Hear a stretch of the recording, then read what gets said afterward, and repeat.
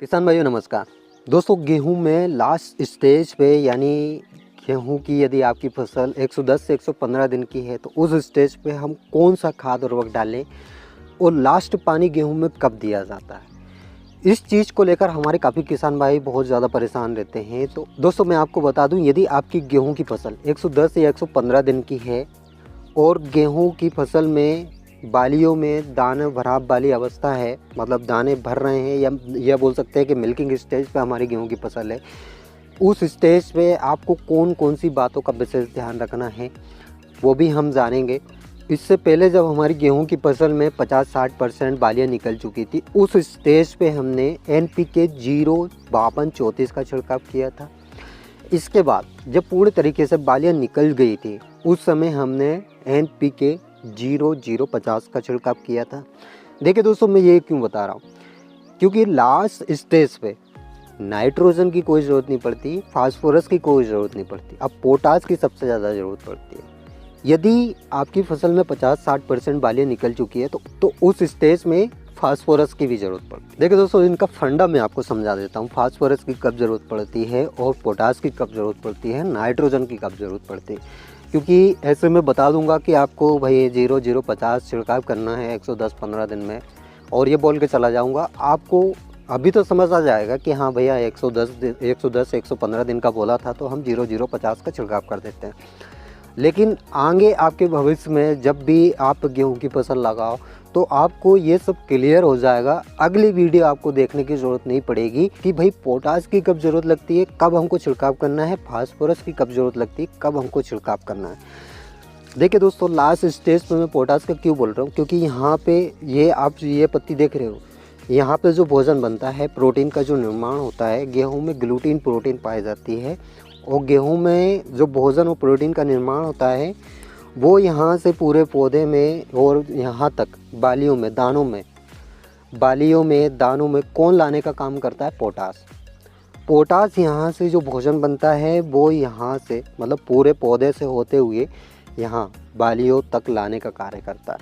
और फास्फोरस का क्या काम रहता है, फास्फोरस का काम रहता है कि जब हमारी गेहूं की फसल में 50-60% जब बालियाँ निकल चुकी होती है और कुछ बालियाँ निकल रही होती है, मतलब उस समय हमारी गेहूं की फसल में पूर्ण तरीके से बालियाँ नहीं निकली होती है, तो दोस्तों गेहूं में जो गेहूं के दाने को ठोस बनाने का जो काम करता है वो फास्फोरस और पोटास दोनों मिलकर करते हैं।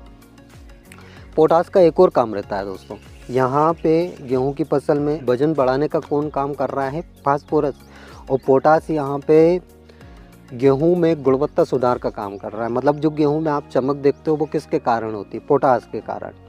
तो इन दोनों का काम मतलब बीज की गुणवत्ता और बीज को वजनदार बनाने का काम होता है। वहीं पे फास्फोरस का उस समय ये भी काम रहता है कि पौधे को स्ट्रॉन्ग बनाने का काम भी फास्फोरस करता है। नाइट्रोजन का काम पहले तक रहता है, जब हमारी गेहूं की फसल टिलरिंग स्टेज तक रहती है तब तक नाइट्रोजन और जिंक इन सब का काम रहता है कि गेहूं की फसल में कल्ले बढ़ाना हो तो उसके लिए नाइट्रोजन और जिंक का छिड़काव किया जाता है। तो बेसल डोज में हमारे काफ़ी किसान भाई नाइट्रोजन, जिंक, पोटास, फास्फोरस इन सब को देते हैं। के बाद हमको फास्फोरस और पोटास का कब छिड़काव करना है, किसी भी कंडीशन में यदि आपने पोटास का छिड़काव नहीं किया है, मतलब आप किसी भी कारणवश पोटास का छिड़काव नहीं कर पाए हैं और यदि आपकी गेहूं की फसल 110 या 115 दिन की है तो आप अब भी पोटास का छिड़काव कर सकते हो। पोटास का छिड़काव आपको करना है, वो भी लास्ट स्टेज में, ये बहुत ज़रूरी है। और इसके साथ ही आपको खेत में नमी रखना है, नमी लगातार आपको बनाए रखना है। अब ये नमी क्यों रखना है दोस्तों, क्योंकि आप देखते होंगे दोस्तों मार्च में जो है गर्मी बढ़ जाती है और गर्मी कहीं ना कहीं हमारी गेहूं की फसल में नुकसान करती है। अब वो कैसे करती है, यदि हम लेट बुवाई करते हैं और इस समय यदि हमारी गेहूं की फसल मिल्किंग स्टेज पे है तो कई बार आपने देखा होगा गर्मी की वजह से यदि हम पानी नहीं निकाल पाते हैं या पानी में हम देरी कर देते हैं तो उस कंडीशन में हमारा जो गेहूं का पौधा है वो उकस जाता है। और यदि गेहूं का पौधा उकस जाता है तो वहाँ पे जो दानों का आकार है और दानों की जो गुणवत्ता है वो ख़राब हो जाती है। और यदि इसी स्टेज पे लगातार है तो उस कंडीशन में जो है गर्मी का ज़्यादा प्रभाव हमारी गेहूं की फसल पर नहीं पड़ता है। इसलिए नमी लगातार आपको बनाए रखना है, नमी का आपको विशेषकर ध्यान रखना है। और यदि दोस्तों फंगस का इस समय काफ़ी ज़्यादा प्रकोप देखा जाता है, फंगस यानी येलो रस्ट जो कि बाद में देखा जाता है, अब इसके साथ ही बहुत सारे फंगस आ जाते हैं गेहूं की फसल में। इसके लिए दोस्तों यदि आपको ऐसा कुछ लग रहा है आपकी गेहूं की फसल में, क्योंकि अधिकतर वैरायटी ऐसी है गेहूं की जो रोग प्रतिरोधक है, जिनमें रोग नहीं लगते हैं, चाहे वो फंगस जनित रोग हैं या फिर कोई से भी रोग है, रोग प्रतिरोधक कुछ वैरायटी है और कुछ वैरायटी ऐसी भी है जो रोग प्रतिरोधक नहीं है, जिनमें रोग का प्रकोप देखा जाता है। आपको ऐसा कोई फंगस जनित रोग लग रहा है तो आप उस कंडीशन में प्रोपेकोनाजोल या हेक्साकोनाजोल इनका छिड़काव आप करवा सकते हो। देखिए दोस्तों, आपको ज़्यादा हैवी फंगीसाइड लेने की ज़रूरत नहीं है। इस समय आप नॉर्मल कोई भी फंगीसाइड ले सकते हो। हेक्साकोनाजोल और ये प्रोपेकोनाजोल ये बेस्ट है, क्योंकि ऑलरेडी हम हमारी गेहूं की फसल में बहुत खर्च कर चुके हैं, अब और ज़्यादा नहीं करेंगे।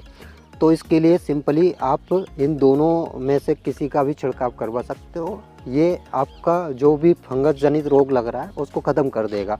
ज़्यादा हैवी फंगीसाइड लेने की कोई ज़रूरत नहीं है। दोस्तों एक बात ध्यान रखिए, गेहूं में समय समय पे यदि आप पानी देते हो, समय समय पे खाद और उर्वरक देते हो, तो यकीन मानिए आप गेहूं की फसल से काफ़ी बढ़िया उत्पादन ले सकते हो। देखिए दोस्तों, जो लास्ट पानी जो दिया जाता है गेहूं में वो लगभग 115 से 120 दिन में दिया जाता है। गेहूं में 6 पानी दिए जाते हैं। स्टार्टिंग से यदि मैं समझाऊं तो पहला जो पानी दिया जाता है वो CRI स्टेज में दिया जाता है, यानी क्राउन रूट इनिडेशन स्टेज में दिया जाता है। सेकंड पानी यानी सेकंड सिंचाई जो की जाती है वो टिलेरिंग स्टेज में की जाती है 40 से 42 दिन में। और तीसरा पानी जो दिया जाता है वो लेड जॉइंटिंग स्टेज में दिया जाता है। और चौथा पानी दोस्तों फ्लावरिंग स्टेज में दिया जाता है। और इस तरह पांचवा जो पानी दिया जाता है वो मिल्किंग स्टेज में दिया जाता है। हमारे अधिकतर किसान भाइयों के पास 5 पानी नहीं रहते हैं, यानी 5 पानी नहीं निकाल पाते, लगभग 2, 3 या ज़्यादा से ज़्यादा 4 पानी। जिन किसान भाइयों के पास पर्याप्त मात्रा में पानी है तो वो 115 से 120 दिन में लास्ट पानी दे सकते हैं। अब वो आपकी वैरायटी पे भी डिपेंड करता है कि आपने कौन सी वैरायटी लगाई है। जैसे कि कुछ वैरायटी जो 135 से 140 दिन में पक जाती है, कुछ वैरायटी जो 150 से 160 दिन में पकती है। तो दोस्तों वो आपकी वैरायटी पर डिपेंड करता है कि आपने कौन सी वैरायटी लगाई है, उस वैरायटी की अवधि क्या है, उस हिसाब से आप अपना पानी का शेड्यूल जमा सकते हो। लास्ट में आपको एक और चीज़ करनी है दोस्तों। वैसे तो कंपनी द्वारा बोला जाता है कि भाई आप हर बार जो है नया बीज लगाओ, चाहे वो कोई सी भी वैरायटी निकाल रहे हो तो, लेकिन उनके द्वारा यही बोला जाता है कि हर बार आप बीज बदल कर लगाओ तो इससे आपका जो है प्रोडक्शन ज़्यादा मिलेगा। देखिए दोस्तों, ऐसा कुछ नहीं है। जो बीज आप लगा रहे हो, मान लीजिए आपने कोई भी ब्रीडर सीड लगाया है तो उससे 4 साल तक आपको बहुत बढ़िया उत्पादन मिलने वाला है।